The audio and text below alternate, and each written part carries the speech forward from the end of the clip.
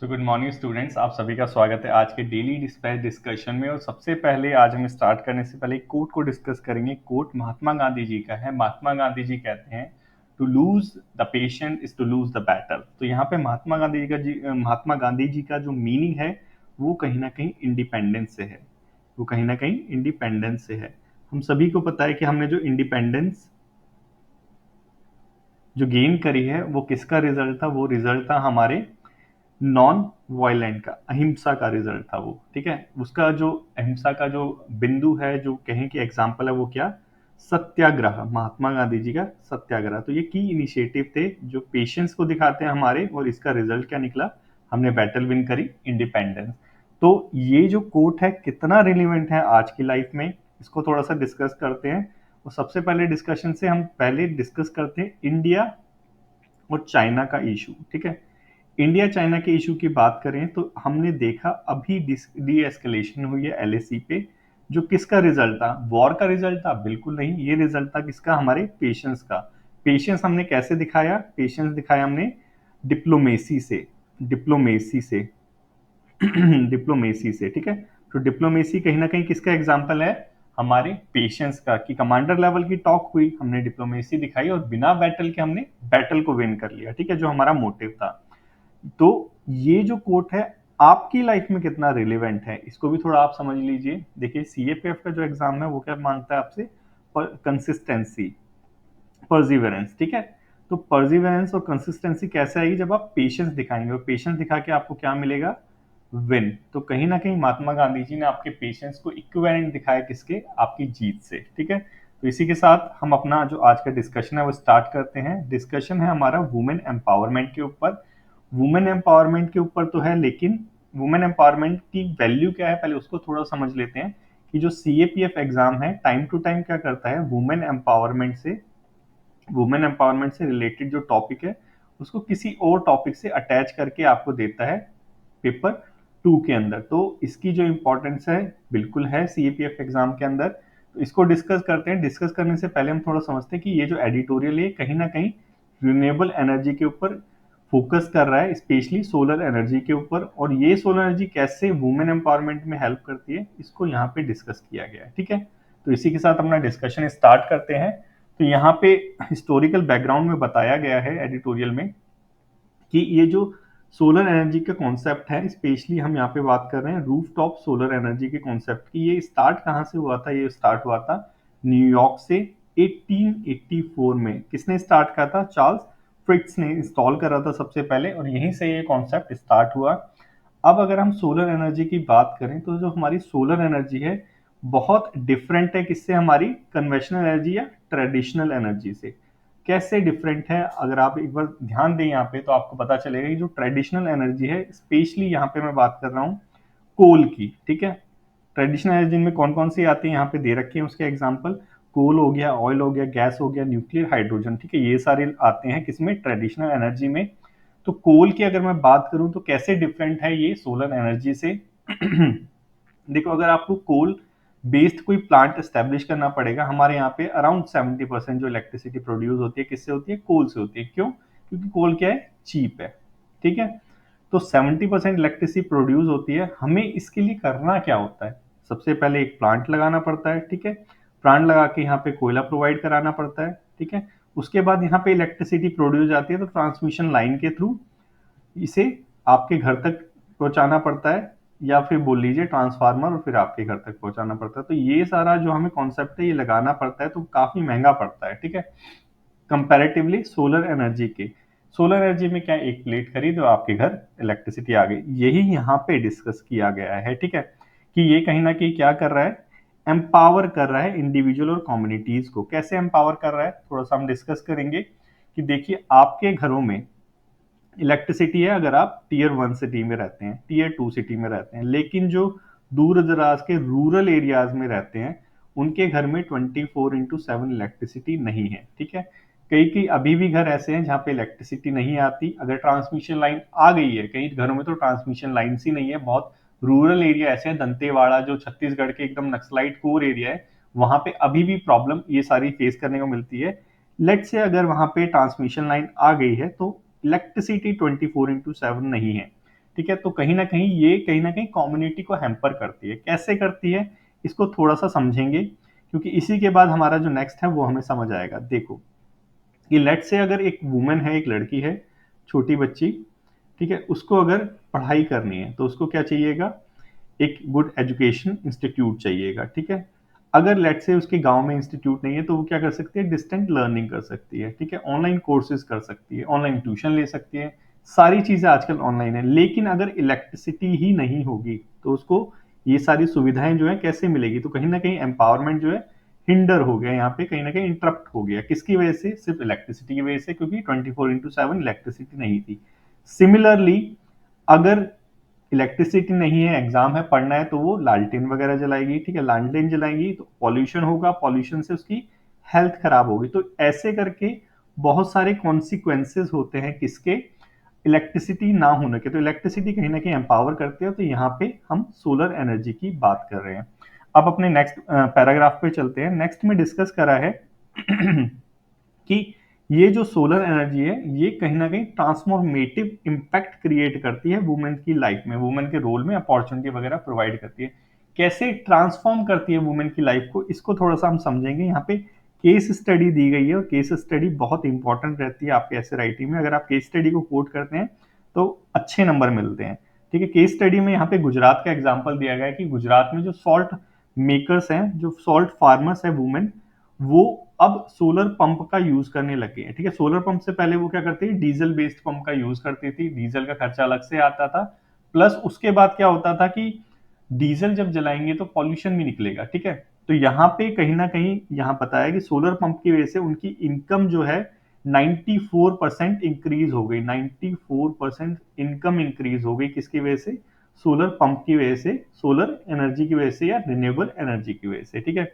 CO2 emission भी हुआ है यहाँ पे रिड्यूस। कितना रिड्यूस हुआ है, क्योंकि अब डीजल बेस्ड वो जनरेटर नहीं चला रही, अब वो ये सोलर से इलेक्ट्रिसिटी ले रही है। तो यहाँ पे कहीं ना कहीं एमिशन कितना रिड्यूस हुआ है, यहाँ पे बताया एडिटोरियल में 1,15,000 मेट्रिक टन एनुअली रिड्यूस हुआ एमिशन। और आपको पता होना चाहिए हमारा टारगेट भी है एनडीसी का, रिन्यूएबल एनर्जी से रिलेटेड, कि हमें 500 गीगावाट जो इलेक्ट्रिसिटी है वो रिन्यूएबल एनर्जी से प्रोड्यूस करनी है। और अराउंड 50% जो हमारी इलेक्ट्रिसिटी है वो कहाँ से आएगी, रिन्यूएबल एनर्जी से बाय 2030। ये क्या है, हमारे एनडीसी के टारगेट्स भी हैं, ठीक है। तो कहीं ना कहीं सोलर एनर्जी वुमेन को एम्पावर कर रही है, हमारे एनडीसी के टारगेट को अचीव करने में मदद कर रही है। ये सारी चीजें यहाँ पे डिस्कस की गई है, ठीक है। तो कुछ की इनिशिएटिव यहाँ पे इंटरनेशनल एग्जाम्पल्स यहाँ पे दे रखे हैं जो कहीं ना कहीं वुमेन को एम्पावर कर रही है, वुमेन को ट्रेन कर रही है, स्पेशली किस कौन से सेक्टर में, सोलर के सेक्टर में। कौन कौन से वो इनिशिएटिव्स हैं, जैसे बेयरफुट कॉलेज है हमारी इंडिया का, बेयरफुट कॉलेज है हमारी इंडिया का, ग्रामीण शक्ति है बांग्लादेश का। तो ये कहीं ना कहीं वुमेन को सोलर वाले एरिया में, सोलर इंजीनियरिंग में एम्पावर कर रही है, उनको ट्रेन कर रही है ताकि वो इस एरिया में आए, सोलर इंडस्ट्री में कुछ करके दिखाएं, ठीक है। सोलर सिस्टर अफ्रीका का है, ठीक है। एक एग्जांपल और देखा है यहाँ पे, we care solar. We care solar basically क्या है, एक बॉक्स है जिसके अंदर सोलर प्लेट लगी होती है, यहाँ पे कुछ इक्विपमेंट्स होते हैं जो इस इलेक्ट्रिसिटी से चलते हैं। ये युगांडा का है, ठीक है। तो इसकी वजह से क्या हुआ है कि जो प्री नेटल डेथ होती थी अब वो 72% तक रिड्यूस हो गई है, ठीक है। तो ये यहाँ पे बताया गया है। तो यहाँ पे हम देख सकते हैं कि वुमेन को एम्पावर कैसे कर रही है, कि यहाँ पे उनकी इनकम तो बढ़ा रही है, उनको जॉब अपॉर्चुनिटी भी प्रोवाइड करा रही है। यहाँ पे यही डिस्कस किया गया है कि अराउंड 40% जो एम्प्लॉयज हैं सोलर इंडस्ट्री के अंदर, 40% जो एम्प्लॉयज है कहाँ पे, सोलर इंडस्ट्री के अंदर, वो कौन है, वुमेन है। तो यहाँ पे लेबर फोर्स पार्टिसिपेशन रेट जो है वो भी इंक्रीज कर रही है वुमेन का, जो हमारे इंडिया में बहुत कम है। तो कहीं ना कहीं ये वुमेन के लिए बहुत ही बून है, ठीक है। तो यही यहाँ पे डिस्कस किया गया है। नेक्स्ट यहाँ पे डिस्कस किया गया है कि ये जो है कहीं ना कहीं सोशो इकोनॉमिक और एनवायरमेंटल इम्पैक्ट को भी रिड्यूस करता है। हमने देख ही लिया था गुजरात वाले एग्जाम्पल में कि CO2 एमिशन को रिड्यूस कर रहा है, और हमारा 2070 तक का नेट जीरो का एनडीसी का टारगेट भी है। तो कहीं ना कहीं ये दोनों चीजों में मदद कर रहा है सस्टेनेबल डेवलपमेंट को स्टैब्लिश करने में, ठीक है। इसको थोड़ा सा समझेंगे। अब यहाँ पे जो मेन पॉइंट है इसको समझेंगे, ठीक है। देखो एक होता है रिसोर्स कर्ज, इसको थोड़ा सा समझना। इंपॉर्टेंट है बहुत ज्यादा आपके लिए, ठीक है। रिसोर्स का क्या होता है कि इंडिया के अंदर जितने भी रिसोर्स रिच स्टेट्स हैं, ठीक है, वहां पे क्या है, पॉवर्टी है। एग्जाम्पल रेड कॉरिडोर का ही ले लो, ठीक है, छत्तीसगढ़ वगैरह, झारखंड वगैरह, कोयला वगैरह बहुत है, लेकिन वहां पे क्या है, आयरन वगैरह छत्तीसगढ़ में, कोयला वगैरह झारखंड में, लेकिन वहां पे क्या है, रिसोर्स कर्ज है, वो गरीब क्षेत्र है, गरीब एरिया है, ठीक है, पॉवर्टी वगैरह वहां पे बहुत ज्यादा है, ठीक है। और इसी की वजह से वहां पे हमें नक्सलाइट की जो मूवमेंट है वो देखने को मिलती है। रेड कॉरिडोर एरिया इसी के लिए फेमस है क्योंकि ये पोवर्टी वाला एरिया है। क्यों ऐसा होता है कि रिसोर्स रिच जो स्टेट है वो पोवर्टी वाले एरिया होते हैं? देखो यहाँ पे बहुत सारे रीजन है। पुअर गवर्नेंस, पुअर गवर्नेंस मतलब क्या, वहां पे लॉ एंड ऑर्डर सही से फॉलो नहीं होते। क्यों नहीं होते? देखो कोयला एक्सट्रैक्ट होता है, कोयला से कोयला एक्सट्रैक्ट होता है वहां से, धनबाद झारिया वगैरह से। कोयले से क्या आते हैं, कोयला माफिया। कोयला माफिया क्या फैलाते हैं, करप्शन फैलाते हैं। करप्शन कहीं ना कहीं ब्रेक करता है, ये बोलो कि जो गवर्नेंस है उसको वीक करता है। तो यही पुअर गवर्नेंस का रीजन है। दूसरा रीजन क्या है, एम्प्लॉयमेंट। एम्प्लॉयमेंट तो ये कोयला क्षेत्र है बहुत ज्यादा प्रोवाइड कराता है, लेकिन लो स्किल एम्प्लॉयमेंट प्रोवाइड कराता है वहां के लोकल लोगों को। तो कहीं ना कहीं वो ग्रो नहीं कर पाते। तो यही सेवरल कुछ रीजंस है इन सब चीजों के। यहाँ पे बताया गया है कि अगर हम सोलर एनर्जी की तरफ मूव करेंगे, ठीक है, अगर हम सोलर एनर्जी की तरफ मूव करेंगे तो क्या होगा कि हमारा जो रिलायंस है, कि जो हम डिपेंडेंट है कोल बेस्ड एनर्जी पे, वो कहीं ना कहीं रिड्यूस होगा। और इसकी वजह से क्या होगा, जो कम्युनिटीज रह रही हैं इन कोयल माइन डिस्ट्रिक्ट में, वो कहीं ना कहीं पोवर्टी से बाहर आ पाएंगे, ठीक है। ये यहाँ पे बताया गया है कि कोयले से अगर रिड्यूस होगा तो उसका एडवर्स इफेक्ट जो है पोवर्टी, वो भी कहीं ना कहीं रिड्यूस होगी, ठीक है। आई होप यहां तक समझ आ गया होगा। तो अगर इतना सारा है तो चैलेंजेस क्या क्या हैं? चैलेंजेस क्या क्या हैं? चैलेंजेस कुछ होंगे तभी तो हम सोलर एनर्जी है उसको 100% नहीं कर पा रहे, ठीक है। एक चैलेंजेस है वो महंगा है थोड़ा सा, बस ये चैलेंजेस है। उसके अलावा जो जो चैलेंजेस एडिटोरियल में डिस्कस किए गए हैं उसको थोड़ा सा हम डिस्कस करेंगे, ठीक है। देखो इससे क्या क्या चैलेंजेस आ सकते हैं। देखो अगर सोलर की तरफ हम मूव करेंगे, स्पेशली डेवलप्ड कंट्री यहाँ से मूव कर रही है, तो डेवलप्ड और डेवलपिंग नेशन के बीच में गल्फ क्रिएट हो जाएगा। यही यहाँ पे बताया गया है कि जोग्राफिकल इम्बैलेंस क्रिएट होगा। किसकी वजह से? क्योंकि लार्जली जो इन्वेस्टमेंट है सोलर एनर्जी की वो कहीं ना कहीं डेवलप्ड कंट्रियों में है, डेवलप्ड नेशन में है। और जो पिछड़े हुए क्षेत्र हैं, डेवलपिंग नेशंस हैं, वो कहीं ना कहीं पीछे रह जाते हैं। अभी देखो यहाँ पे एक चीज और आएगी, चलो पहले थोड़ा डिस्कस करते हैं, उसके बाद वो मैं डिस्कस करता हूँ जो करंट अफेयर में न्यूज में चल रहा था अभी, ठीक है। और क्या क्या चीज होगी? एक तो हो गया जोग्राफिकल इंबैलेंस क्रिएट करेगा डेवलप्ड और डेवलपिंग नेशंस के बीच में, यूएसए और अफ्रीका के बीच में, ठीक है। और क्या करेगा? सेक्टोरल इंबैलेंस करेगा। देखो अगर सोलर पंप की बात करें तो लार्ज फार्म जो है, जो बड़े बड़े खेत हैं, वहां पे जल्दी लग जाता है, छोटे खेतों में नहीं लग पाता, ठीक है। तो ये क्या करता है, सेक्टोरल जो सेक्टर लेवल पे वहां पे भी इंबैलेंस क्रिएट करता है, ठीक है।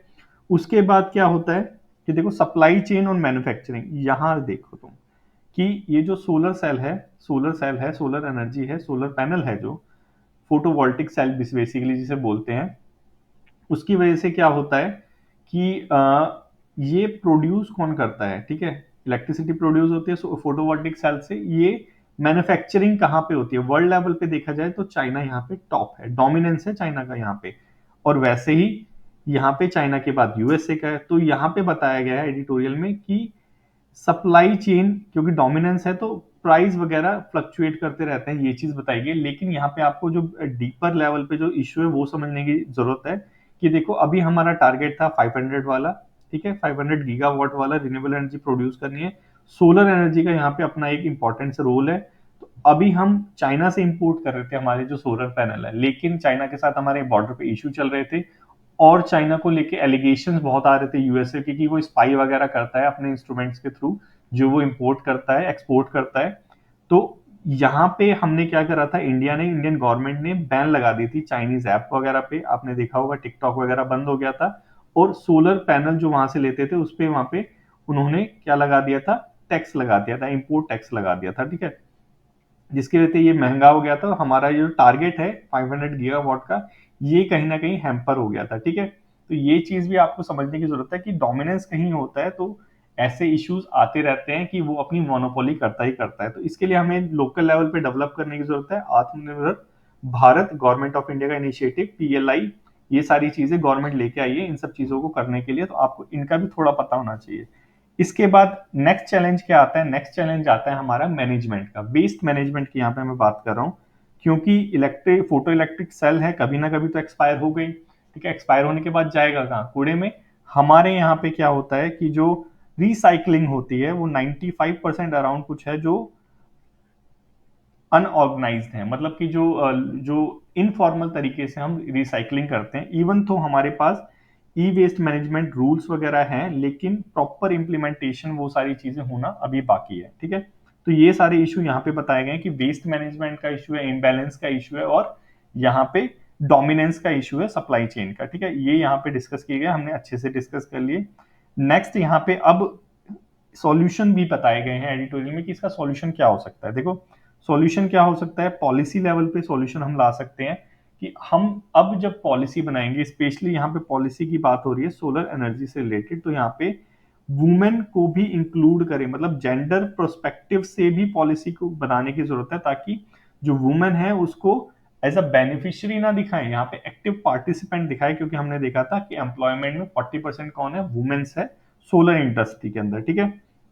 वही सारी चीज है कि पॉलिसी शिफ्ट करने की जरूरत है हमें। यहाँ पे जो मेन था वो क्या, पॉलिसी में जेंडर पर्सपेक्टिव को भी इंक्लूड करने की जरूरत है। और यहाँ पे बताया गया है कि नेशनल ये जो पॉलिसी वगैरह है इनकी वजह से क्या होगा, इंक्लूसिविटी आएगी, और अदर जो सेक्टर्स हैं उनको भी इंटीग्रेट करने की जरूरत है। देखो agriculture, forestry, rural development, in sector को भी पॉलिसी मेकिंग, बेसिकली यहाँ पे पॉलिसी मेकिंग के लेवल पे सॉल्यूशन प्रोवाइड कराया गया है कि पॉलिसी मेकिंग जब करें तो डिफरेंट सेक्टर्स को इंक्लूडिंग वुमेन को इंक्लूड करने की जरूरत है, और यही यहाँ पे की इनिशिएटिव हो सकता है वुमेन को एम्पावर करने के लिए। तो यही सारी चीजें यहाँ एडिटोरियल में डिस्कस की गई हैं, आई होप आपको ये समझ आया होगा। अब मूव करते हैं अपने नेक्स्ट आर्टिकल की तरफ, जो कि आपके पेपर 1 को टारगेट करता है, ठीक है, पेपर 1 को टारगेट करता है। तो सबसे पहले अभी आपको पता है इजराइल और लेबनान, इनके बीच में थोड़ी सी वॉर एस्केलेट हो चुकी है, मिडल ईस्ट मोर अटेंशन में आ चुका है। तो वहां पे एक लाइन है, किसके बीच में लाइन है, इजराइल और लेबनान के बीच में जो लाइन है वो कहीं ना कहीं इश्यू में आ रही है, क्योंकि वहां पे क्या है, यूएन फोर्सेस तैनात है, यूएन फोर्सेस वहां पे डिप्लॉयड है, किसके लिए, पीस एस्टेब्लिश करने के लिए। तो उसी को हम क्या कहते हैं, UNIFL, ठीक है। अब क्या हो रहा है, इसराइल क्या कर रहा है, इसराइल लेबनान में जा रहा है, साउथ लेबनान में जा रहा है, बेसिकली वहां पे अटैक कर रहा है। धीरे धीरे ये जो लाइन है, ये जो बॉर्डर है, इसको क्रॉस कर रहा है। तो ये जो बॉर्डर है ये इश्यू में आ रहा है, और हमारे और स्पेन के, इंडिया और स्पेन के जो प्राइम मिनिस्टर है, जैसे यहाँ पे आप फोटो भी देख सकते हैं, उन्होंने कुछ कंडेम्ड करा है बेसिकली इस चीज को जो इसराइल कर रहा है, ठीक है। यहाँ पे न्यूज इस चीज की आई है कि India and Spain on Monday condemn the attack on the UNIFIL, United nation interim force in Lebanon, ठीक है। इसके ऊपर इसराइल ने अटैक करा, तो इसको कंडेम्ड करा है, क्योंकि ये क्या है, पीस कीपिंग फोर्स है, किसकी, यूएन की, ठीक है। तो यहाँ पे जो इशू है डेफिनेटली इंपॉर्टेंट है, क्योंकि अभी अटैक हुआ है हमारी पीस कीपिंग फोर्स के ऊपर। लेकिन हमें मेन हमारे लिए पेपर 2 के लिए क्या है कि हमें यूनाइटेड नेशन की interim force in Lebanon, UNIFIL, इसके बारे में थोड़ा सा पता होना चाहिए, क्योंकि आपका जो यूपीएससी है वो यूएन, स्पेशली यूपीएससी सीएपीएफ की मैं बात कर रहा हूँ, यूएन से रिलेटेड क्वेश्चन वो टाइम टू टाइम पूछता रहता है। 2024 के अंदर बहुत सारे क्वेश्चन पूछे थे, 23 में पूछे थे, 22 में पूछे थे, तो 25 में भी डेफिनेटली पूछेगा। और ये जो इशू है वो UNIFIL का जो है, यूनिफिल, इसका इशू अभी लाइमलाइट में है, तो बहुत ज्यादा प्रोबेबिलिटी कि यहाँ से क्वेश्चन आएगा, तो इसको जरूर हम डिस्कस करेंगे, ठीक है। ये एकदम बैकग्राउंड से थोड़ा सा डिस्कस करते हैं, फिर हम देखेंगे कि करंट में अभी इसके क्या क्या मैंडेट्स हैं, ये क्या क्या काम करता है। तो देखो ये स्टार्ट कहाँ से हुआ था, स्टार्ट हुआ था 1978 में। इसराइल ने एक ऑपरेशन चलाया था, ऑपरेशन का क्या नाम था, ऑपरेशन का नाम था ऑपरेशन लितानी। क्या नाम था, ऑपरेशन लितानी, ठीक है। ऑपरेशन लितानी के अंदर क्या करा था कि इसराइल ने मोटिव करा था कि जो पैलेस्टीनियंस जो मिलिटेंट ग्रुप है, बेसिकली हेजबोल्ला की बात यहाँ पे हो रही है, पैलेस्टीनियन मिलिटेंट जो ग्रुप है उसको इलेमिनेट करना कहाँ से, साउथ लेबनान से, ठीक है। थोड़ा सा मैप देख लेते हैं, आपको थोड़ा सा अच्छे समझ आएगा। देखो ये दिख रहा है आपको, ये हमारा इसराइल है, ये हमारा लेबनान है, इसको हम बेसिकली साउथ लेबनान बोलते हैं। और ये है यूएन की ब्लू लाइन, वो जो मैं लाइन की बात कर रहा था अभी, वो है यूएन की ब्लू लाइन, जो ये वाली लाइन की मैं बात कर रहा हूँ, ठीक है। यहाँ पे क्या है, यूएन फोर्सेज हैं, जैसे ये देख रहे हो इंडिया की फोर्सेज यहाँ पे सबसे ज्यादा है, इंडिया का फ्लैग दिख रहा है यहाँ पे आपको। तो यहाँ पे इनके ऊपर अब अटैक हो रहा है इसराइल के द्वारा, तो इसी का कंडेम्ड करा है हमारे प्राइम मिनिस्टर और स्पेन के प्राइम मिनिस्टर ने, ठीक है। तो इसी के बारे में ये सारा टॉपिक है। अब देखते हैं कि ये कैसा है। 1978 में ऑपरेशन लितानी हुआ था, इसराइल ने चलाया था फिलिस्तीनी ये पैलेस्टीनियन मिलिटेंट ग्रुप को हटाने के लिए साउथ लेबनान से। तो इसी को सॉल्व करने के लिए यूएन ने एक रेजोल्यूशन लेके आया था। उस रेजोल्यूशन का नाम था resolution 245 and resolution 226, 425 and 426 resolution, ये दो रेजोल्यूशन पास हुए थे, ठीक है। इस रेजोल्यूशन के अंदर यूएन ने क्या करा था, यूएन ने इस फोर्स को लेके आई थी यूनिफिल को साउथ लेबनान में। और यहाँ पे इसका मोटिव क्या था कि जो इसराइल है, ठीक है, इसराइल को साउथ लेबनान से विड्रॉ करवाना, ठीक है, विड्रॉल करवाना कहाँ से, साउथ लेबनान से, और वहां पे पीस लेके आना, ये बेसिकली इसका मोटिव था। लेकिन जैसे टाइम टू टाइम वॉर वगैरह होती रहती है, एस्केलेशन वगैरह होती रहती है, इसके जो मैंडेट्स हैं वो भी चेंज होते रहते हैं। 2006 में फिर दोबारा से इनके बीच में कन्फ्लिक्ट हुआ, इसराइल और हिजबुल्लाह के बीच में। हिजबुल्लाह कौन है, बेसिकली थोड़ा सा आपको पता होना चाहिए, ये लेबनान बेस्ड शिया मिलिटेंट्स हैं, ठीक है, शिया मिलिटेंट्स ग्रुप है, शिया मिलिटेंट्स ग्रुप है ये, कौन, हिजबुल्लाह, ठीक है, इसको थोड़ा सा समझना। तो अब इस कंफ्लिक्ट को सॉल्व करने के लिए फिर से एक रेजोल्यूशन पास हुआ यूएन में, रेजोल्यूशन रेजोल्यूशन 701, ठीक है। इस रेजोल्यूशन में दोबारे से ये मैंडेट दिया गया इसको कि जो इसका रोल है वो क्या, अब हॉस्टिलिटी को प्रिवेंट करना इन दोनों के बीच में, कि इन दोनों के बीच में लड़ाई वगैरह होती रहती है, कंफ्लिक्ट वगैरह होते रहते हैं, इसको अब होने से रोकना, ये अब रेजोल्यूशन का रोल हुआ। तो हमने देखा कि कैसे ऑपरेशन लितानी से ये फोर्स आई, और टाइम टू टाइम इसके जो रोल है वो चेंज होते रहते हैं। बेसिकली रोल क्या रहता है, इसराइल और हिजबुल्लाह के बीच में जो कन्फ्लिक्ट है उसको सॉल्व करना, इसराइल को उसी की सीमा में रहने देना, और जो हिजबुल्लाह वगैरह है उनको वहां से एलिमिनेट करना, ठीक है, उनको वहां से peace, basically peace keeping force है तो वहां पे पीस एस्टेब्लिश करना है। अब इसका मैंडेट देखते हैं, ठीक है, देखा, ये है हमारी ब्लू लाइन, ठीक है, इसको थोड़ा सा याद रखना क्योंकि इससे रिलेटेड यहाँ पे अब यूपीएससी आपके 2025 में यहाँ से क्वेश्चन दे सकती है, यूएन ब्लू से। बहुत इंपॉर्टेंट टॉपिक है, इस यूएन ब्लू को बिल्कुल भी मिस मत करना, ठीक है। अब देखो इसके मैंडेट थोड़े हम देखते हैं। मैंडेट बेसिकली क्या है कि ये जो इसराइल और हिजबुल्लाह के बीच में जो हॉस्टिलिटी है, जो कन्फ्लिक्ट वगैरह होता है, इसको थोड़ा सा शांत करना। सबसे पहला ये क्या है, इसका काम है किसका, इसराइली, ये यूएन पीस कीपिंग फोर्स का, यूनिफिल का, ठीक है, जो लेबनान में है, साउथर्न लेबनान में, ठीक है। उसके बाद ये क्या करता है, दूसरा इसका काम क्या है कि लेबनानी आर्म्ड फोर्सेज जो है उसको ये असिस्टेंस प्रोवाइड कराता है, ताकि ये जो रीजन है साउथ लेबनान, यहाँ पे ये कंट्रोल ले सके, ठीक है। आप सभी को पता है इसराइल बहुत पावरफुल है, इसराइल पावरफुल है इसीलिए तो वो क्या करता है, पूरे मिडिल ईस्ट में अपना दबदबा बना के रखता है, ठीक है। हमें पता था अरब वॉर वगैरह हुई थी, हमने शायद हम आपने अगर यूट्यूब का वो चैनल देखा होगा हमारा द लर्नर्स का, उसमें मैंने इसराइल का पूरा इशू अच्छे से डिस्कस करा था।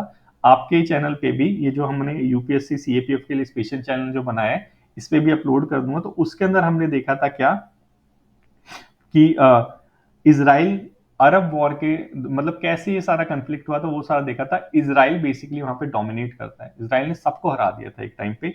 तो वही यहाँ पे साउथर्न लेबनान में जो हमारी लेबनानी आर्म फोर्स है वहां पे ये कंट्रोल ले सके, क्योंकि ये उसके आउट ऑफ द कंट्रोल है, क्योंकि वहां पे मिलिटेंट ग्रुप है हिजबुल्लाह और इजरायली फोर्सेज है, दोनों के बीच में कंफ्लिक्ट चलती रहती है, तो ये करना कहीं ना कहीं वीक फोर्स है, ठीक है। थर्ड यहाँ पे इसका क्या काम है कि इंश्योर करना कि इसराइल जो है वो साउथ में ही रहे, इंश्योर करना कि ये जो लाइन देख रहे हो आप, ब्लू लाइन जो देख रहे हो ये वाली, इंश्योर करना कि जो इसराइल है वो इसके साउथ में ही रहे, इसराइल अपना अपनी सीमा में पे रहे, क्योंकि ये एक तरह से इंटरनेशनल बॉर्डर है, ठीक है, फ्रॉम साउथ लेबनान ये इस इंटरनेशनल बॉर्डर जो यूएन ने डिमार्केट करा था 2000 में, इसके साउथ में, मतलब जो इसराइल है वो अपने एरिया में रहे, ये इंश्योर करना भी इसका एक मैंडेट है। ह्यूमैनिटेरियन असिस्टेंस वगैरह को सपोर्ट करना, कि जैसे लेट से कि वॉर वगैरह कंफ्लिक्ट वगैरह होती है तो सिविलियन जो वहाँ पॉपुलेशन है, जो सिविलियन पॉपुलेशन है वो, प्लस ह्यूमैनिटेरियन एजेंसी जो है वो, FAO, इनको असिस्टेंट प्रोवाइड कराना इस रीजन में, ये भी किसका काम है, ये भी हमारी इस यूनिफिल का काम है, इनका काम है हमारे फोर्सेस का। और ये प्रोटेक्ट, ये सारी चीज हो ही गई। और अगर इसके बाद जो माइंस वगैरह अनएक्सप्लोडेड जो वहां पे ऑर्डिनेंस है, उसको वहां पे क्लियर करना, ये भी किसका काम है, हमारी यूनिफिल का काम है। तो हमने थोड़े से मैंडेट देख लिए यूनिफिल के, यूनाइटेड नेशन की जो लेबनान में फोर्सेज है, पीस कीपिंग फोर्स, उससे क्या क्या मैंडेट हैं, ये हमने थोड़े से देखे। आपको थोड़ा थोड़ा ये आइडिया होना चाहिए कि ये काम होते हैं, क्योंकि यहीं से एक स्टेटमेंट उठा के जो हमारा सीएपीएफ वाले, यूपीएससी सीएपीएफ वाले, वो एक दे देते हैं और हमारे लिए प्रॉब्लम क्रिएट कर देते हैं। ठीक है, तो हमने ये देख लिया ब्लू लाइन किसको कहते हैं, ये सारी चीजें हमने ऑलरेडी देख चुके हैं। इसको थोड़ा सा याद रखना क्योंकि ये चीज इंपॉर्टेंट है। अब देखते हैं यहाँ पे चैलेंजेस क्या क्या फेस करते हैं। बेसिकली चैलेंजेस क्या फेस करेंगे, जैसे अभी चैलेंज क्या फेस करें, कंफ्लिक्ट हो रहा है, कंफ्लिक्ट में कौन फेस रहा है, हमारी piece keeping force. Peace keeping में इंडिया और स्पेन की जो मैक्सिमम फोर्सेज है वो यूनिफिल के अंदर। ठीक है, तो ये चीज आपको समझना है कि हेजबुल्ला का प्रेजेंस हो गया, ठीक है, ये कन्फ्लिक्ट है, इसराइल का इसके साथ वॉर हो गया, ये कन्फ्लिक्ट है। लोकल सपोर्ट और रिसोर्सेज, ये मेन चीज है क्या, कि वो जो डिपेंड है, हमारी जो फोर्सेज है बेसिकली किस पे डिपेंड होगी, कि अगर लोकल सपोर्ट नहीं मिलेगा तो पीस कीपिंग जो फोर्सेज हैं वो अच्छे से काम नहीं कर पाएंगी। तो लोकल सपोर्ट यहाँ पे इंपॉर्टेंट है, ये एक की चैलेंज है, ये रिस्टेन करता है। ठीक है, तो इस हमारे डिस्कशन में इतना ही है। अब आके नेक्स्ट चलते हैं। देखो ये हमने ये सारी चीज डिस्कस कर ली है। ठीक है, आपको बेसिक बेसिक चीजों को समझना है, क्योंकि रटने से नहीं होगा, हमें समझना पड़ेगा चीजों को। ठीक है, अब अगर हम प्रैक्टिस क्वेश्चन की बात करें तो माइंड में अभी देखते हैं कि हमने जो अभी डिस्कस करा ये कितना रिलीवेंट है हमें हमारे एमसीक्यूज को सॉल्व करने के ऊपर। एमसीक्यूज को सॉल्व करने का अपना एक तरीका होता है, उसको थोड़ा सा यहाँ पे आप समझने की कोशिश करना। देखो जो यूएन की फोर्सेज हैं, यूनिफिल की जो बात है, ये एस्टेब्लिश हुई थी 1948 में, क्वेश्चन में बोल रहा है।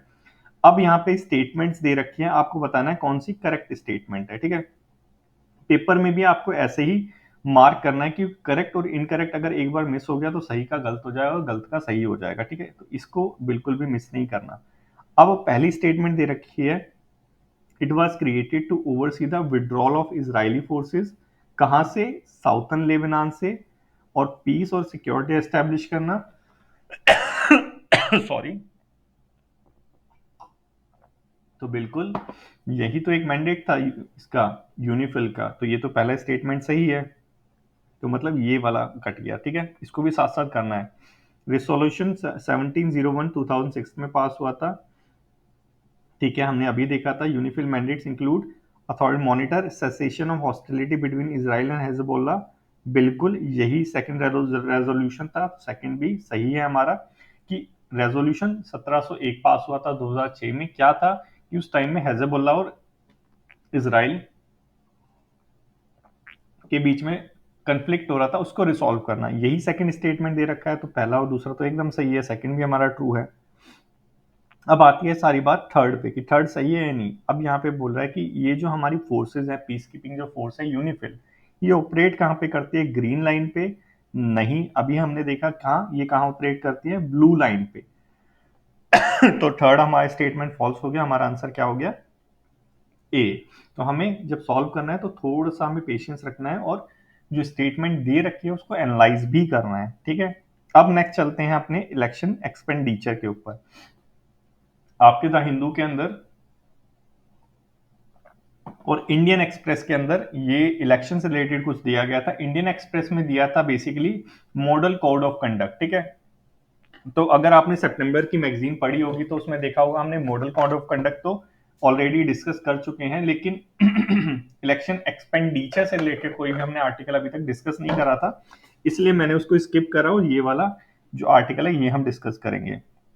तो यहाँ पे बेसिकली न्यूज में बताया गया है कि यूएस में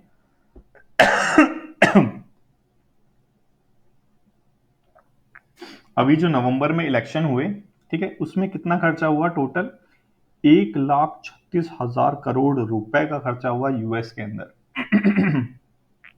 और अभी हमारे यहाँ जो लोकसभा के इलेक्शन हुए उसमें खर्चा हुआ लाख करोड़ रुपए का। तो इतना ज्यादा खर्चा हो रहा है, तो हमें इलेक्शन एक्सपेंडिचर से रिलेटेड क्या क्या हमारे रूल्स है, कौन से एक्ट्स वगैरह, उनके बारे में पता होना चाहिए। तो रिप्रेजेंटेशन ऑफ पीपल एक्ट 1951 के अंदर आता है क्या हमारा, इलेक्शन एक्सपेंडिचर से रिलेटेड जो भी रूल्स वगैरह है वो 1951 आरपीए एक्ट 1951 के अंदर आते हैं, ठीक है। ये याद रखना, क्योंकि एक 1950 भी है उसके अंदर नहीं आते, ये किसके अंदर आते हैं, 1951 के अंदर। क्या क्या प्रोविजंस हैं इसको थोड़ा सा हम समझेंगे। यहाँ पे बताया गया है कि इसका एक सेक्शन है, कौन सा सेक्शन है, सेक्शन 72 आरपीए 50, आरपीए एक्ट 1951 का सेक्शन 77 है। इसके अंदर बताया गया है कि जो भी नॉमिनेटेड कैंडिडेट होगा, ठीक है, जो भी कैंडिडेट होगा जो इलेक्शन को फाइट कर रहा है, उसको जो भी खर्चा वो करता है इलेक्शन पे, जो खर्चा करता है कैंडिडेट, उसका हिसाब किताब रखना पड़ेगा। कब से कब तक, डेट ऑफ नॉमिनेशन, जब उसने नॉमिनेशन भरा है तब से लेके जब रिजल्ट डिक्लेयर हुआ है तब तक, कि इसके बीच में जितना भी खर्चा करा है उसका अकाउंट रखना पड़ेगा, उसका हिसाब किताब रखना पड़ेगा कैंडिडेट को। ये एक्ट के अंदर बता रखा है, ठीक है। एक्ट के अंदर कैप भी लगा रखा है, एक्ट के अंदर जो कितना खर्चा करेगा उस पर एक लिमिट भी लगा रखी है। कितनी लिमिट लगा रखी है कि अगर लोकसभा का इलेक्शन होगा और जो कंस्टिट्यूएंसी है जहां से वो फाइट कर रहा है, अगर वो थोड़ी बड़ी होती है तो 95 लाख रुपए तक खर्च कर सकता है पर कंस्टिट्यूएंसी। पर कंस्टिट्यूएंसी वो कितना खर्च कर सकता है, 95 लाख रुपए तक। अगर छोटी है तो वही 95 लाख, अब 75 लाख रुपए तक खर्च कर सकता है लोकसभा इलेक्शन में। अगर हम बात करें लेजिस्लेटिव असेंबली की, जो स्टेट लेवल के जो इलेक्शन होते हैं, वहां पे अगर बड़ी कंस्टिट्यूएंसी है तो 40 लाख तक खर्च कर सकता है। बड़ी कंस्टिट्यूएंसी है तो कितना खर्च कर सकता है, 40 लाख तक। छोटी है तो 28 लाख तक खर्च कर सकता है, ठीक है। अब आप यहाँ पे एक क्वेश्चन भी उठा सकते हैं कि अगर इतना ये ऑलरेडी बता रखा है आरपी एक्ट 1951 के अंदर, ये ऑलरेडी बता रखा है इतना इतना खर्च करना है, तो ये 1 लाख करोड़ रुपए खर्च कैसे हुए, ठीक है। ये भी तो क्वेश्चन उठ सकता है। आप बोल सकते हो कि सर अगर ये बता रखा है हमारे आरपी एक्ट के अंदर तो ये तो वियोलेशन हुआ डायरेक्ट, सीधा सीधा ये तो इसका वियोलेट करा इस एक्ट को, कि हमारे यहाँ पे बोला है 95 लाख करेंगे, आपने तो 1 लाख रुपए करोड़ कर दिया, ये कैसे। देखो यहाँ पे एक लूप होल है, उसको थोड़ा समझने की कोशिश करना। कि यहाँ पे बोला कि कैंडिडेट, एक कैंडिडेट, कि एक कैंडिडेट जो पैसे खर्च करेगा वो 95 लाख या फिर 75 लाख करेगा किसमें, लोकसभा में, और 40 लाख या 28 लाख करेगा किसमें, हमारे जो स्टेट वाले इलेक्शन होते हैं, स्टेट असेंबली वाले जो इलेक्शन होते हैं उसमें। कैंडिडेट, ना कि पॉलिटिकल पॉलिटिकल पार्टी। यहाँ पे कैंडिडेट खड़ेगा, पॉलिटिकल पार्टी का नहीं दे रखा, ठीक है। ये है यहाँ पे लूप होल। कि जितना भी खर्चा करते हैं वो पॉलिटिकल पार्टी अपने नाम पे कर देती है, कैंडिडेट के नाम पे करती नहीं है। तो वो जो काउंट होता है, वो जो एक्ट है वो कैंडिडेट के ऊपर लागू होता है, पॉलिटिकल पार्टी पे लागू ही नहीं होता। तो कहीं ना कहीं इस लूप होल से वो निकल जाते हैं और खूब खुल के खर्चा करते हैं, जो हम देखते रहते हैं। और क्या क्या चीज एक्ट में दे रखी है, क्योंकि हमारे लिए एक्ट जानना बहुत ज्यादा इंपॉर्टेंट है। नेक्स्ट यहाँ पे दे रखा है एक इसका सेक्शन है, सेक्शन 78, ठीक है।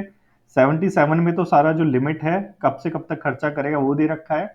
78 में दे रखा है कि अगर इलेक्शन रिजल्ट आ गया और इलेक्शन रिजल्ट के विद इन 30 डेज, 30 दिनों के अंदर अगर वो फेल हो जाता है हिसाब किताब देने वाला, जो हमने देखा था ये वाला, अगर वो फेल हो जाता है बताने में कि कितना खर्चा करा है, तो उसको डिस्क्वालीफाई भी कर सकता है, ठीक है। उसको वो डिस्क्वालीफाई हो जाएगा इस कंडीशन में। तो ये तो बहुत ज्यादा ही इंपॉर्टेंट एक्ट है, क्योंकि यहाँ पे डिस्क्वालिफिकेशन भी होती है 1951 एक्ट के अंदर, सेक्शन 78 के अंदर, अगर वो खर्चा नहीं कन्वे कर पाता कि कितना हुआ है, ठीक है। अब यहाँ पे जो हमने डिस्कस करा था कि जो पॉलिटिकल पार्टी है उन पे कोई स्पेंडिंग लिमिटेशन नहीं है, और यही यहाँ पे लूप होल क्रिएट करता है, जिसका फायदा उठा के कैंडिडेट पे खर्चा करते हैं, लेकिन खर्चा किसके खाते में आता है, पॉलिटिकल पार्टी के अंदर, ठीक है। और क्या क्या पेनल्टी है, पेनल्टी अभी हमने देख ही लिया कि सेक्शन उसके अंदर दे रखा है 78 के अंदर, और यहाँ पे सेक्शन 10A आरपीए एक्ट के अंदर भी ये चीज डिस्क्वालिफिकेशन दे रखी है, अगर करप्ट प्रैक्टिसेस करता है या फिर एक्सपेंडिचर लिमिट को एक्सीड कर देता है। दो यहाँ पे कंडीशन दे रखी है। जो वहां पे दे रखी थी, देखो 78 में वो तो दे रखा था कि अगर 30 दिनों के अंदर, 78 में क्या दे रखा था, अगर 30 दिनों में फेल हो गया तो यहाँ पे डिस्क्वालीफाई हो जाएगा। 10A के अंदर क्या दे रखा है कि अगर खर्चे को एक्सीड कर देता है, ठीक है, और या करप्ट प्रैक्टिस करता है तो भी वो डिस्क्वालीफाई हो जाएगा। तो दोनों ही कंडीशन में यहाँ पे डिस्क्वालिफिकेशन दे रखी है रिप्रेजेंटेशन ऑफ पीपल एक्ट के अंदर, ठीक है। अब यहाँ पे कुछ सजेशन भी दे रखी है भी कि इससे निजात पाने के लिए क्या क्या सजेस्ट हो सकता है। तो उसके लिए सजेशन के लिए कोई कोई कमेटी है, जैसे इंद्रजीत गुप्ता कमेटी हो गई, लॉ कमीशन हो गया 1999 वाला। तो इन्होंने रिकमेंडेशन दी है कि स्टेट को फंडिंग करनी चाहिए। देखो ये इशू बहुत ज्यादा लाइमलाइट में रहता है, और अगर पेपर में आ जाता है, आपके पेपर 2 में आ जाता है ऐसे राइटिंग के अंदर या फिर आर्ग्यूमेंट के अंदर, तो आप यहां से रेफरेंस भी ले सकते हैं, ठीक है, कि लेट से ये वाला टॉपिक भी दे सकते हैं कि जो स्टेट की जो फंडिंग है, स्टेट फंडिंग होनी चाहिए या नहीं होनी चाहिए इलेक्शन में, वो सारी चीज। तो यहाँ से रेफरेंस ले सकते हैं कि इंद्रजीत गुप्ता कमेटी ने और लॉ कमीशन रिकमेंड करती है कि स्टेट फंडिंग होनी चाहिए इलेक्शन में, जो ताकि जो वेस्टफुल स्पेंडिंग होती है 1 लाख करोड़ बहुत ज्यादा होता है, वो कहीं ना कहीं कर्ब की जा सके। सेकंड सजेशन याद दे सकें, साइमल्टेनियस इलेक्शन, मतलब वन नेशन वन इलेक्शन वाला जो कॉन्सेप्ट है, अगर वो अप्लाई करें तो भी कहीं ना कहीं इससे हम जो हमारी वेस्टफुल स्पेंडिंग हो रही है इलेक्शन में, इसको हम कर्ब कर सकते हैं। थर्ड यहाँ पे दे रखा है कि इलेक्शन कमीशन जो इंडिया है वो क्या करे कि जो पार्टीज हैं उस पे भी एक सीलिंग लगा दे। यही जो सॉल्यूशन है यही हो सकते हैं। इसके अलावा क्या सॉल्यूशन हो सकता है कि देखो कि पॉलिटिकल पार्टी अपने नाम पे करती है, अब कैंडिडेट को तो उसके अंदर लेके आ गए हैं, तो पॉलिटिकल पार्टी को लाने में क्या प्रॉब्लम है। लेकिन प्रॉब्लम बेसिकली क्या है कि पॉलिटिकल पार्टी जो पार्लियामेंट में बैठी है जीतने के बाद, उसी को रूल बनाने हैं, तो वो अपने अगेंस्ट में क्यों रूल बनाएगी, ये मेन प्रॉब्लम आती है। और यही यहाँ पे डिस्कस की गई है कि इसके लिए हमें पॉलिटिकल लेवल पे इनिशिएट करने वाली एक वो चाहिए, ठीक है। तो यही है हमारा आज का जो डिस्कशन है। अब थोड़ा सा प्रैक्टिस क्वेश्चन है, इसको थोड़ा सा हम थोड़ा सा सीरियसली देखेंगे कि यहाँ पे क्वेश्चन दे रखा है कि रिप्रेजेंटेशन ऑफ पीपल एक्ट 1951 के अंदर कितने दिनों के अंदर एक कैंडिडेट को जो अपना इलेक्शन एक्सपेंडिचर है वो जमा करवाना होता है। तो अभी हमने ये पढ़ा था, आप थोड़ा सा अपने माइंड पे जोर दीजिए, रिकॉल करिए और कमेंट बॉक्स में कमेंट करके बताइए कि कितने दिनों में हम कराते हैं, ठीक है। और इसी के साथ हम मूव करते हैं अपने नेक्स्ट आर्टिकल की तरफ, NTCA, national tiger conservation authority, ठीक है, नेशनल टाइगर कंजर्वेशन अथॉरिटी। तो लास्ट ईयर 2024 में यहाँ से जो आज न्यूज़पेपर में एक आर्टिकल आया है, यहाँ से एक लास्ट ईयर में क्वेश्चन आया था, इसीलिए मैं इसको यहाँ पे लेके आया हूँ, क्योंकि अब तक जो है एनटीसीए से कोई क्वेश्चन नहीं आया है। तो इस साल प्रोबेबिलिटी है कि न्यूज़पेपर में भी ये चीज़ है, और एनटीसीए से ये परमिशन मांग रहे हैं, तो एनटीसीए से रिलेटेड क्वेश्चन आने की प्रोबेबिलिटी है इस बार 2025 के अंदर सीएपीएफ एग्जाम में। तो आपको थोड़ा सा सॉरी, इसको सीरियसली लेना है, ठीक है।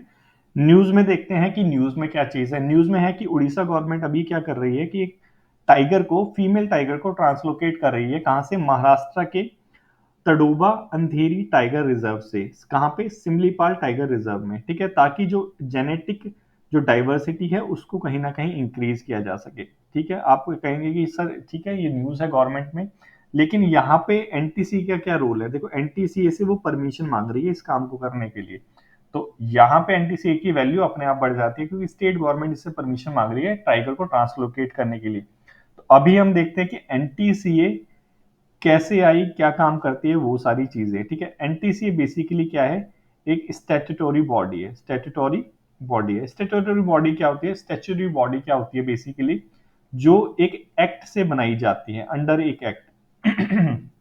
कॉन्स्टिट्यूशनल बॉडी होती है जो कॉन्स्टिट्यूशन से बनती है। NTCA is not a constitutional body, it is a statutory body, क्योंकि ये एक एक्ट से बनी है। कौन से एक्ट से बनी है, वो बनी है wild life protection act 1972। Wild life protection act 1972 से बनी है। कौन सी मिनिस्ट्री के अंदर आती है, मिनिस्ट्री ऑफ एनवायरमेंट के अंदर आती है, ठीक है। बस इतना सा आपको याद रखना है। इसके बाद इसके क्या क्या रोल है हम इसको जानेंगे, क्योंकि बेसिकली इसका मेन रोल क्या रहता है, टाइगर कंजर्वेशन, और इसी के लिए इसको लाया गया था। अब देखते हैं क्या रोल है, क्या फंक्शन है। तो सबसे पहला जो इसका की रोल है वो क्या, एक प्रोजेक्ट टाइगर हमने 1971 में लेके आई थी हमारी सेंट्रल गवर्नमेंट, इसको इंप्लीमेंट करना किसका काम है, एनटीसीए का। प्रोजेक्ट टाइगर को इंप्लीमेंट करना किसका काम है, एनटीसीए का। नेक्स्ट क्या काम है, टाइगर कंजर्वेशन प्लान। अगर को टाइगर को कंजर्व करने के लिए कोई भी स्टेट गवर्नमेंट प्लान बनाती है, तो अप्रूवल कहां से मिलेगा, एनटीसीए से। एनटी सीए से, इसीलिए उड़ीसा गवर्नमेंट एनटीसीए से क्या मांग रही है, अप्रूवल मांग रही है, ठीक है। उसके बाद कोऑर्डिनेशन करती है विद स्टेट गवर्नमेंट, ठीक है, किसके लिए, टाइगर कंजर्वेशन के लिए।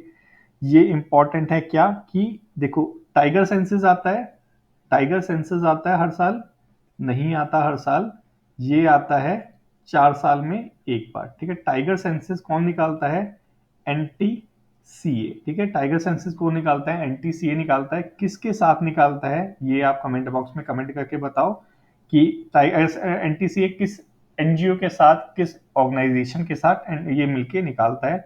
3-4 बॉडीज हैं, वो सारी चीज का नाम बताओ। एक स्टेट गवर्नमेंट भी उसमें इंक्लूड है, मैंने बता दिया, ठीक है। अब ये क्या करता है, मॉनिटर करता है, इवेल्युएट करता है कि जो टाइगर की संख्या वगैरह है वो कम कर रही है, ज्यादा कर रही है, ये सारी चीजें। उसके लिए मेथड क्या यूज करता है, कैमरा ट्रैप और एम स्ट्रिप। तो ये देखो, एम जो स्ट्रिप है ये यूपीएससी सीएससी में, यूपीएससी के अंदर यहाँ से एक क्वेश्चन आया था प्रीवियस ईयर में सीएससी में, ठीक है। तो जो सीएससी में आता है वो कहीं ना कहीं घुमा फिरा के ये थोड़े टाइम बाद यहाँ पे भी पूछ लेते हैं, ठीक है। उस और क्या करती है, ये देखो, ह्यूमन टाइगर कन्फ्लिक्ट, ठीक है। आपको पता है कि डिफोरेस्टेशन जैसे जैसे बढ़ रहा है उसके बाद ह्यूमन और जो एनिमल कन्फ्लिक्ट है वो बढ़ता जा रहा है, तो इसको भी एड्रेस करने का काम, स्पेशली एनिमल में टाइगर को एड्रेस करने का काम एनटीसीए का है। इको टूरिज्म, कम्युनिटी एंगेजमेंट, ये सारी चीजें भी एनटीसीए करती है, ठीक है।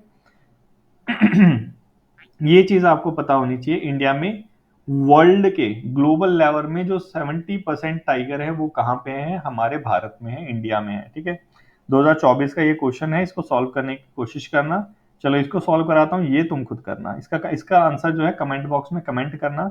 ये जो हमारा क्वेश्चन आया था 2024 में, ये आया था ब्लैक टाइगर के ऊपर, ठीक है। उस टाइम में न्यूज आई थी न्यूज़पेपर में कि सिमलीपाल में, सिमलीपाल उड़ीसा में, जो अभी जहां पे अभी ट्रांसलोकेट कर रहे हैं, उसी पार्क में टाइगर टाइगर में म्यूटेशन वगैरह पाई थी। जैसे टाइगर था उसका रंग काला होता जा रहा था, स्क्रिप्ट वगैरह काली होती जा रही थी, जैसे यहाँ पे भी हम देख सकते हैं, ये देखो कि ये काला होता जा रहा है, ठीक है। तो ये बेसिकली जेनेटिक म्यूटेशन है जिसकी वजह से हो रहा है। तो इसके ऊपर एक वहां पे आर्टिकल आया था, जैसे ये छोटा सा आर्टिकल आया वैसे ही वहां पे भी छोटा सा आर्टिकल आया था, लेकिन वहां से क्वेश्चन बन गया कि ये जो ब्लैक टाइगर है किसको रेफर करते हैं, मेलानिस्टिक टाइगर को। बिल्कुल सही बात है। कहाँ पे, सिमलीपाल में पाया जाता है, हाँ। सिर्फ सिमलीपाल में पाया जाता है, बिल्कुल हाँ। ये इंडियन एक्सप्रेस में सेम की सेम लाइन लिखी गई थी उस टाइम में 2024 में। तो ये इसका आंसर हो गया बोथ ए एंड बी, ठीक है। तो ऐसे करके आपको थोड़ा सा करंट अफेयर पे थोड़ी सी पकड़ बनानी पड़ती है। अब आपको इसका आंसर देना है। इसके बाद चलो, ये हमारा आज का क्या था, लास्ट आर्टिकल था। इसी के साथ हमारा डिस्कशन खत्म होता है। और मैं आप सभी स्टूडेंट को रिकमेंड करूंगा कि जो thelearners.co.in की जो वेबसाइट है उसके ऊपर जो डेली एमसीक्यू डलते हैं, 10 हम डेली एमसीक्यू डालते हैं, बहुत ज़्यादा इंपॉर्टेंट है, क्योंकि ये आपके प्रीवियस ईयर क्वेश्चंस को भी रिवाइज कराते हैं। 10 एमसीक्यूज में ज़्यादा टाइम नहीं लगता, 10 मिनट का टाइम लगता है। प्रीवियस ईयर क्वेश्चंस को भी आप डे बाय डे रिवाइज करते हैं। यहाँ पे करंट अफेयर से भी जो क्वेश्चंस हैं वो आते हैं, प्लस इन्हीं 10 क्वेश्चंस में आपके एनसीईआरटी से भी कुछ टॉपिक दिए जाते हैं, कि जैसे लेट से 3 यहाँ से दे दिया, 3 यहाँ से दे दिए और 4 यहाँ से दे दिए। ऐसे करके 10 का हम सेट बनाते हैं और आपके प्रैक्टिस के लिए बहुत ज्यादा इंपॉर्टेंट है, तो इसको मिस मत करना, ठीक है। सो आज के डिस्कशन में बस इतना ही। Thank you so much for today's discussion.